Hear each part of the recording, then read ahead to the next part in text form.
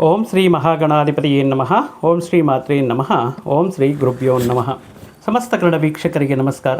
ನೀವು ಮೊದಲನೇ ಬಾರಿ ನಮ್ಮ ಚಾನಲ್ ನೋಡ್ತಾ ಇದ್ದರೆ ದಯವಿಟ್ಟು ಸಬ್ಸ್ಕ್ರೈಬ್ ಮಾಡಿ ಅಂತ ಹೇಳ್ತಾ, ಮುಖ್ಯವಾಗಿ ಪ್ರತ್ಯೇಕವಾಗಿ ಈ ಜೂನ್ ಮಾಸದಲ್ಲಿ ಅದ್ಭುತವಾಗಿರುವಂತಹ ಈ ಗುರುಗ್ರಹ ಸಂಚಾರ ತನ್ನ ಉಚ್ಚಸ್ಥಾನವಾಗಿರುವಂತಹ ದಿಗ್ಬಲನಾಗುವಂತಹ ಎಕ್ಸಾಕ್ಟೇಷನ್ ಆಗುವಂತಹ ಕಟಕ ರಾಶಿಯಲ್ಲಿ 12 ವರ್ಷಕ್ಕ ಮೇಲೆ ತನ್ನ ಅಂದರೆ ತಾನು ಅತ್ಯಂತ ಬಲವಂತನಾಗುವಂತಹ ಗುರು ಕಟಕ ರಾಶಿಯಲ್ಲಿ ಬರ್ತಾರೆ. ಬಟ್ ಅದೇ ಫಾಲೋ ಮಾಡಿಕೊಂಡು ಶುಕ್ರನು ಗುರುವಿನ ಜೊತೆ ಸೇರಿ ಕಟಕ ರಾಶಿಯಲ್ಲಿ ಇರುತ್ತಾ ದ್ವಾದಶ ರಾಶಿಗಳಿಗೆ ಕೆಲವೊಂದು ರಾಶಿಗಳಿಗೆ ಅದ್ಭುತವಾಗಿರುವಂತಹ ರಾಜಯೋಗವನ್ನು, ಮತ್ತಷ್ಟು ರಾಶಿಗಳಿಗೆ ಮಿಶ್ರ ಫಲಗಳನ್ನು, ಕೆಲವೊಂದು ರಾಶಿಗಳಿಗೆ ಈ ಪ್ರತಿಕೂಲ ಫಲಗಳನ್ನು ನೀಡ್ತಾ ಇರುತ್ತೆ.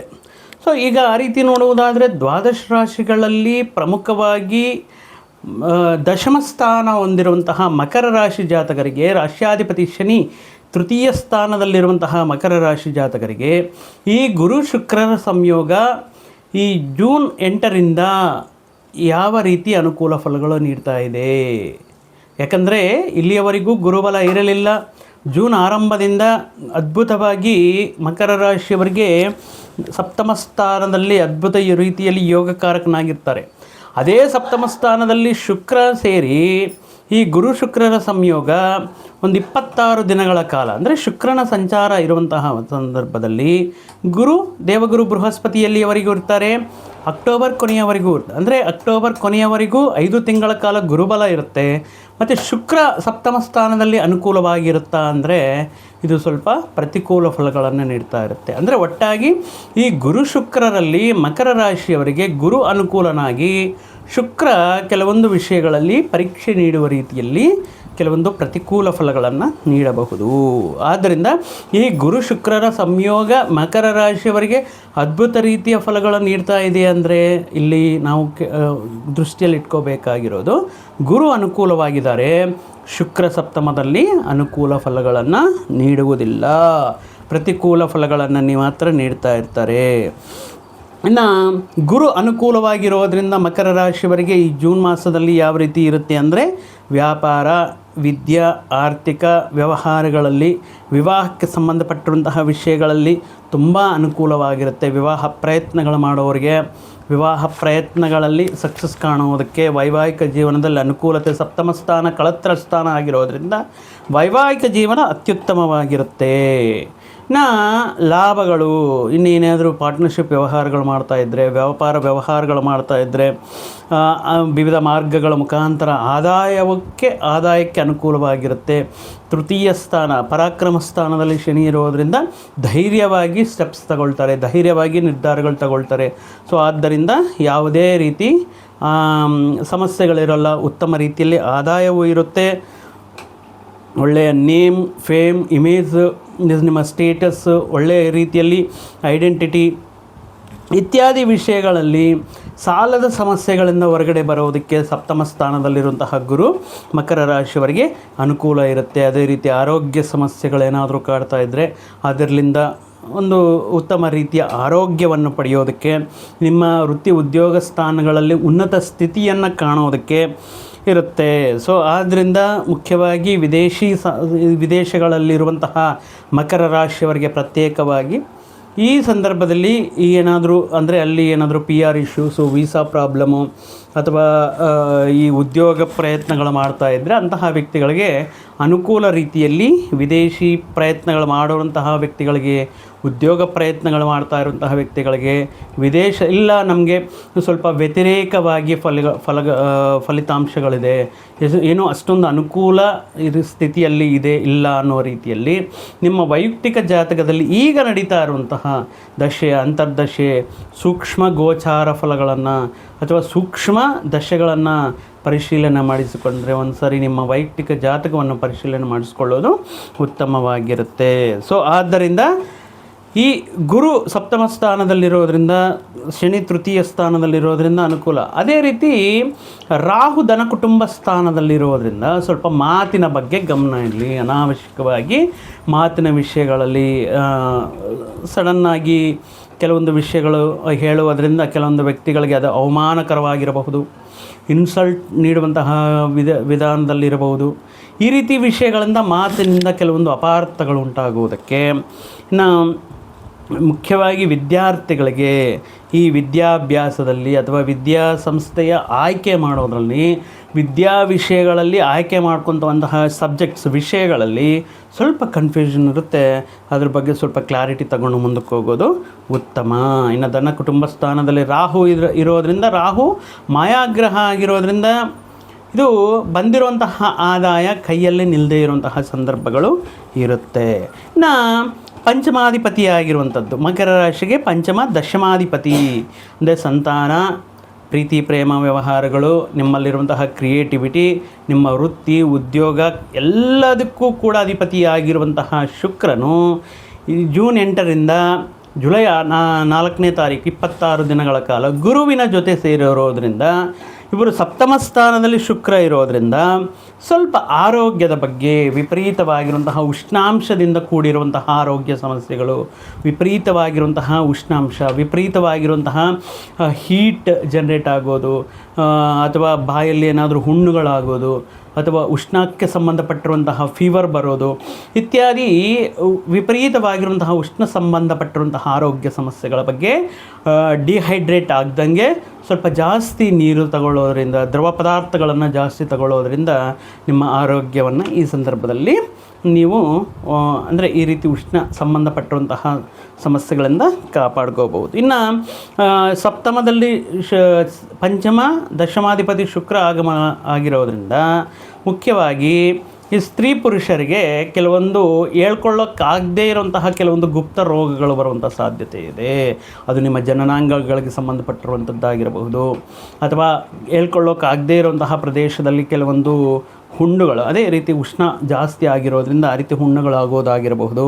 ಇನ್ನು ಹಾರ್ಮೋನಲ್ ಸಂಬಂಧಪಟ್ಟಿರುವಂತಹ ವಿಷಯಗಳಾಗಿರಬಹುದು, PCOD, PCOS ಈ ರೀತಿ ಸಂಬಂಧಪಟ್ಟಿರುವಂತಹ ಕೆಲವೊಂದು ಸ್ತ್ರೀ ಸಂಬಂಧಪಟ್ಟಿರುವಂತಹ ಸಮಸ್ಯೆಗಳು ಬರುವಂತಹ ಚಾನ್ಸಸ್ ಇರೋದ್ರಿಂದ ಅದಕ್ಕೆ ಸೂಕ್ತ ಟ್ರೀಟ್ಮೆಂಟ್ ತಗೊಳ್ಳೋದು, ಅಥವಾ ಅದಕ್ಕೆ ತಕ್ಕ ಯಾರು ಕೇಳ್ಕೊಳಕ್ಕಾಗ್ತಾ ಇಲ್ಲ, ಯಾವ ಡಾಕ್ಟ್ರ್ ಕೇಳ್ಕೊಳಕ್ಕಾಗದೇ ಇರಲ್ಲ ಅಂತ ಬಂದಿರುವಂತಹ ವ್ಯಾಧಿಯನ್ನು ಅಧಿಕವಾಗಿ ಮಾಡ್ಕೊಳ್ಳೋದಕ್ಕಿಂತ ಅದಕ್ಕೆ ಸೂಕ್ಷ್ಮವಾಗಿ ತಜ್ಞರನ್ನು ಭೇಟಿಯಾಗಿ ಅದಕ್ಕೆ ಸೂಕ್ತ ಪರಿಹಾರಗಳನ್ನು ಪಡೆಯೋದು ಉತ್ತಮ. ಎಲ್ಲರಿಗೂ ಇದೇ ರೀತಿ ಇರುತ್ತಂದರೆ ಅದು ಅವರವರ ವೈಯಕ್ತಿಕ ಜಾತಕ, ಅವರ ಜಾತಕ ಚಕ್ರದಲ್ಲಿರುವಂತಹ ಆರೋಗ್ಯ ಸ್ಥಾನ ಯಾವ ರೀತಿ ಇದೆ, ಅದು ನಿಮ್ಮ ವೈಯಕ್ತಿಕ ಜಾತಕವನ್ನು ಪರಿಶೀಲನೆ ಮಾಡಿಸ್ಕೊಳ್ಳೋದು ಉತ್ತಮ. ಇನ್ನು ಡಯಾಬಿಟಿಕ್ ಇರುವಂತಹ ವ್ಯಕ್ತಿಗಳು ತುಂಬ ಹುಷಾರಾಗಿ ತಮ್ಮ ಶುಗರ್ ಲೆವೆಲ್ಸ್ ರೆಗ್ಯುಲರಾಗಿ ಚೆಕಪ್ ಮಾಡಿಸ್ಕೊಳ್ತಾ ಅದನ್ನು ಕಂಟ್ರೋಲಲ್ಲಿ ಇಟ್ಕೋಬೇಕಾಗಿರುತ್ತೆ. ಪ್ರಮುಖವಾಗಿ ಈ ಸಂದರ್ಭದಲ್ಲಿ ಸ್ತ್ರೀಯರ ಜೊತೆ ಹುಷಾರಾಗಿರಬೇಕಾಗುತ್ತೆ. ಮಕರ ರಾಶಿಯವರ ದ್ವಿತೀಯ ಧನ ಕುಟುಂಬ ಸ್ಥಾನದಲ್ಲಿ ರಾಹು, ಸಪ್ತಮದಲ್ಲಿ ಶುಕ್ರ ಇರೋದರಿಂದ, ಶುಕ್ರ ಅಂದ್ರೇ ಸ್ತ್ರೀ ಗ್ರಹ ಅಲ್ವಾ. ಸೊ ಸಪ್ತಮ ಸ್ಥಾನಕ್ಕೆ ಬಂದಿರೋದ್ರಿಂದ ಅದು ನಿಮ್ಮ ಕುಟುಂಬದಲ್ಲಿರುವಂತಹ ಸ್ತ್ರೀಯರಾಗಿರ್ಬೋದು, ಅಕ್ಕ ತಂಗಿರಾಗಿರ್ಬೋದು, ಸಂಗಾತಿ ಆಗಿರ್ಬೋದು, ನಿಮ್ಮ ಅತ್ತೆಯವರಾಗಿರಬಹುದು, ನಿಮ್ಮ ಜೊತೆ ಕೆಲಸ ಮಾಡ್ತಾ ಇರುವಂಥ ಸಹೋದ್ಯೋಗಿಗಳಾಗಿರ್ಬೋದು, ನಿಮ್ಮ ಮೇಲಧಿಕಾರಿಗಳಾಗಿರ್ಬೋದು, ಸ್ತ್ರೀಯರ ಜೊತೆ ಮಾತನಾಡುವಂಥ ಸಂದರ್ಭಗಳಲ್ಲಿ ಸ್ವಲ್ಪ ಅತಿರೇಕಕ್ಕೆ ಹೋಗದೆ, ವಾದ ವಿವಾದಕ್ಕೆ ಇಳಿಯದೆ ನೀವು ಸಂಯಮನದಿಂದ, ತಾಳ್ಮೆಯಿಂದ ನೀವು ಕೆಲವೊಂದು ವಿಷಯಗಳನ್ನು ಬಗೆಹರಿಸ್ಕೋಬೇಕಾಗಿರುತ್ತೆ. ಅನಾವಶ್ಯಕವಾಗಿರುವಂತಹ ಮನಸ್ಪರ್ಧೆಗಳು, ಅನಾವಶ್ಯಕವಾಗಿರುವಂತಹ ವಿವಾದಗಳನ್ನು ತಡಿಬೇಕಾಗಿರುತ್ತೆ, ಎಸ್ಪೆಷಲಿ ಸ್ತ್ರೀಯರ ಜೊತೆ. ಇನ್ನು ಪಂಚಮಾಧಿಪತಿಯಾಗಿರೋದ್ರಿಂದ, ಪಂಚಮ ಸ್ಥಾನ ಅಂದ್ರೇ ಸಂತಾನ, ಶುಕ್ರ ಸಪ್ತಮ ಸ್ಥಾನಕ್ಕೆ ಬಂದಿರೋದ್ರಿಂದ, ಪಂಚಮ ದಶಮಾಧಿಪತಿ ಈ ಸಪ್ತಮಕ್ಕೆ ಬಂದಿರೋದ್ರಿಂದ ಸಂತಾನಕ್ಕೆ ಸಂಬಂಧಪಟ್ಟಿರುವಂತಹ ವಿದ್ಯಾ ಅಥವಾ ವೈದ್ಯ, ಆರೋಗ್ಯದ ವಿಷಯಗಳಲ್ಲಿ, ಅಥವಾ ಸಂತಾನಕ್ಕೋಸ್ಕರ ಏನಾದರೂ ಟ್ರೀಟ್ಮೆಂಟ್ ತಗೊಳ್ತಾ ಇದ್ದರೆ, ಅಥವಾ ಸಂತಾನನ ಎಕ್ಸ್ಪೆಕ್ಟ್ ಮಾಡ್ತಾ ಇದ್ದರೆ, ಅಥವಾ ಆಲ್ರೆಡಿ ಸಂತಾನಕ್ಕೆ ಸಂಬಂಧಪಟ್ಟಿರುವಂತಹ ವಿಷಯಗಳಲ್ಲಿ ಸ್ವಲ್ಪ ಹುಷಾರಾಗಿರಬೇಕಾಗಿರುತ್ತೆ. 26 ದಿನಗಳ ಕಾಲ ಜಾಸ್ತಿ ದೂರ ಪ್ರಯಾಣಗಳು ಮಾಡೋದು, ಇನ್ನು ಹೀಟ್ ಜಾಸ್ತಿ ಅಂತ ಹೇಳಿದ್ದೀವಿ.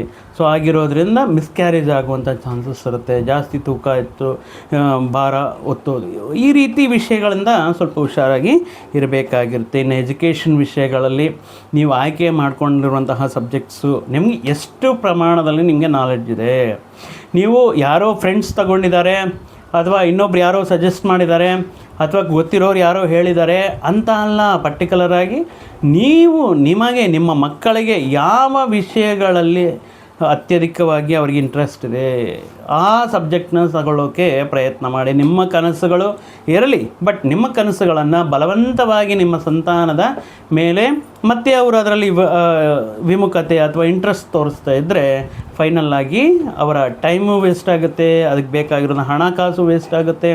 ಆಗಿರೋದ್ರಿಂದ ವಿದ್ಯಾರ್ಥಿಗಳು ಮುಖ್ಯವಾಗಿ ನಿಮ್ಮ ಆಯ್ಕೆ ಮಾಡಿಕೊಳ್ಳುವಂತಹ ವಿಷಯಗಳಲ್ಲಿ ತುಂಬ ಹುಷಾರಾಗಿರಬೇಕು. ಅದೇ ರೀತಿ ದಶಮಾಧಿಪತಿಯಾಗಿರೋದ್ರಿಂದ ಓವರ್ ಕಾನ್ಫಿಡೆನ್ಸ್ ಬೇಡ. ಮಾತಿಗೂ ನಾನು ಜಾಬ್ ಬಿಡ್ತೀನಿ ಅಥವಾ ಜಾಬ್ ಬಿಟ್ಬಿಡ್ತೀನಿ ಅಂತ ನೀವು ತಮಾಷೆಗೆ ಹೇಳಿದ್ರೂ ಕೂಡ ಇದು ನಿಮ್ಮ ವೃತ್ತಿ ಉದ್ಯೋಗಗಳ ಮೇಲೆ ಬಹಳಷ್ಟು ಪ್ರಭಾವ ನೀಡೋದ್ರಿಂದ, ಆರ್ಥಿಕ ಪರಿಸ್ಥಿತಿಯ ಮೇಲೆಯೂ ಕೂಡ ಪ್ರಭಾವ ಬೀಳೋದ್ರಿಂದ ನೀವು ಈ ತುಂಬ ಡೆಡಿಕೇಟೆಡ್ ಆಗಿ, ತುಂಬ ರೆಸ್ಪಾನ್ಸಿಬಿಲಿಟಿಯಾಗಿ, ತುಂಬ ಪಂಕ್ಚುವಲ್ ಆಗಿ ನಿಮ್ಮ ವೃತ್ತಿ ಉದ್ಯೋಗ ಸ್ಥಾನಗಳನ್ನು ಕಾಪಾಡ್ಕೋಬೇಕಾಗಿರುತ್ತೆ. ಉದ್ಯೋಗ ಸ್ಥಾನ ಅಂದರೆ ಓನ್ಲಿ ಉದ್ಯೋಗಸ್ಥರೇ ಅಲ್ಲ, ವೃತ್ತಿಯನ್ನು ಆಯ್ಕೆ ಮಾಡಿಕೊಂಡಿರುವಂತಹ ವೈದ್ಯರಾಗಿರಬಹುದು, ಅಲಕ್ಷ್ಯ ಬೇಡ, ಲಾಯರ್ಸ್ ಆಗಿರ್ಬೋದು, ಟೀಚರ್ಸ್ ಆಗಿರ್ಬೋದು, ನಮಗೆ ಅನ್ನವನ್ನು ನೀಡುವಂತಹ ರೈತರಾಗಿರಬಹುದು, ತಮ್ಮ ವೃತ್ತಿ ಮಾಡ್ತಾ ಇರುವಂತಹ ಕೆಲಸದ ಬಗ್ಗೆ ಓವರ್ ಕಾನ್ಫಿಡೆನ್ಸ್ ಬೇಡ. ಮತ್ತು ಅತಿಯಾಗಿರುವಂತಹ ವಿಶ್ವಾಸ ಸಮಟೈಮ್ಸ್ ಏನಾಗುತ್ತೆ, ಕನ್ಫ್ಯೂಷನ್ ಕ್ರಿಯೇಟ್ ಮಾಡುತ್ತೆ. ಸೊ ಆಗಿರಂದರೆ you have to be very careful ನೀವು ಮಾಡ್ತಾ ಇರುವಂತಹ ವೃತ್ತಿ ಉದ್ಯೋಗ ವಿಷಯಗಳಲ್ಲಿ. ಇನ್ನು ಸಪ್ತಮ ಸ್ಥಾನ ಶುಕ್ರ ಆಗಿರೋದ್ರಿಂದ ಈ 26 ಡೇಸ್ ಮ್ಯಾರಿಟಲ್ ಲೈಫಲ್ಲಿ, ಬಟ್ ಗುರು ಅದ್ಭುತವಾಗಿ ಯೋಗಕಾರಕನಾಗಿದ್ದರೂ ಕೂಡ ಇಲ್ಲಿ ಶುಕ್ರ ಪಂಚಮ ದಶಮಾಧಿಪತಿ, ಪಂಚಮ ಸ್ಥಾನ ಪ್ರೀತಿ ಪ್ರೇಮ ವ್ಯವಹಾರಗಳಾಗಿರೋದ್ರಿಂದ ನಿಮ್ಮ ವೈವಾಹಿಕ ಜೀವನದಲ್ಲಿ ಅಥವಾ ಪ್ರೀತಿ ಪ್ರೇಮ ಸಂಬಂಧಗಳಲ್ಲಿ ಸಣ್ಣ ಪುಟ್ಟ ಈಗೋ ಕ್ಲಾಶಸ್ ಬರೋದಕ್ಕೆ, ಸಣ್ಣ ಪುಟ್ಟ ಮನಸ್ಪರ್ಧೆಗಳು ಬರುವಂತಹ ಸಂದರ್ಭಗಳು ಬರಬಹುದು. ಬಟ್ ಆದ್ರೂ ಕೂಡ ಅದನ್ನು ಬೇಗ ಓವರ್ಕಮ್ ಮಾಡಿಕೊಂಡು ಮತ್ತೆ ಅನ್ಯೋನ್ಯತೆಯಿಂದ ಮಾಡ್ತಾ ಇರ್ತಾರೆ. ಅಥವಾ ನಿಮ್ಮ ಸಂಗಾತಿಗೆ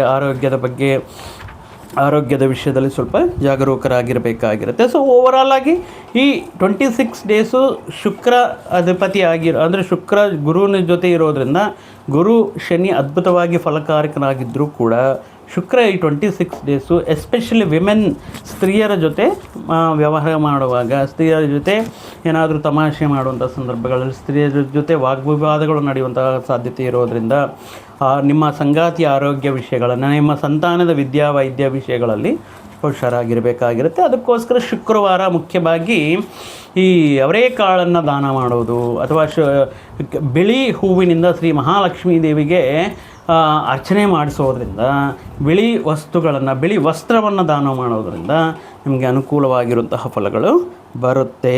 ಸೊ ಪ್ರಮುಖವಾಗಿ ಈ ಬರುವಂತಹ ಈ ಸಂದರ್ಭದಲ್ಲಿ ಈಶ್ವರನಿಗೆ ಅಭಿಷೇಕ ಮಾಡಿಸೋದ್ರಿಂದ, ಅದು ತುಪ್ಪ, ಹಾಲು ಅಥವಾ ಮೊಸರು ಈ ವಿಷಯಗಳು ಅಥವಾ ಪಂಚಾಮೃತ ಅಭಿಷೇಕ ಮಾಡಿಸಿದ್ರು ಕೂಡ ಉತ್ತಮ ರೀತಿಯಲ್ಲಿ ಅನುಕೂಲ ಫಲಗಳನ್ನು ನಿಮಗೆ ಆ ಪರಮಶಿವ ಸದಾ ನೀಡ್ತಾರೆ ಅಂತ ಹೇಳ್ತಾ, ಒಟ್ಟಾಗಿ ಮಿಶ್ರವಾಗಿ ಗುರು ಶುಕ್ರರು ನಿಮಗೆ ಯೋಗಕಾರಕವಾಗಿದ್ದಾರೆ. ಸೊ ಅದರಿಂದ ಭಯ ಬೀಳುವಂತಹ ಸಂದರ್ಭ ಬೇಡ. ಆದ್ದರಿಂದ ಈ ಬರುವಂತಹ ದಿನಗಳು ಮತ್ತಷ್ಟು ಶುಭಕರವಾಗಲಿ ಮಕರ ರಾಶಿಯವರಿಗೆ ಅಂತ ಹೇಳ್ತಾ, ಮತ್ತೊಂದು ವಿಡಿಯೋ ಜೊತೆಗೆ ಮತ್ತೊಂದು ಆಸಕ್ತಿಕರ ವಿಷಯದ ಜೊತೆಗೆ ನಿಮ್ಮೊಂದು ಮತ್ತೆ ಬರ್ತೀನಿ. ಅಲ್ಲಿಯವರೆಗೂ ಸರ್ವೇ ಜನಾಂ ಸುಖಿನೋ ಭವಂತು, ಸಮಸ್ತ ಸನ್ಮಂಗಳಾನಿ ಭವಂತು. ಜಯ ಶ್ರೀ.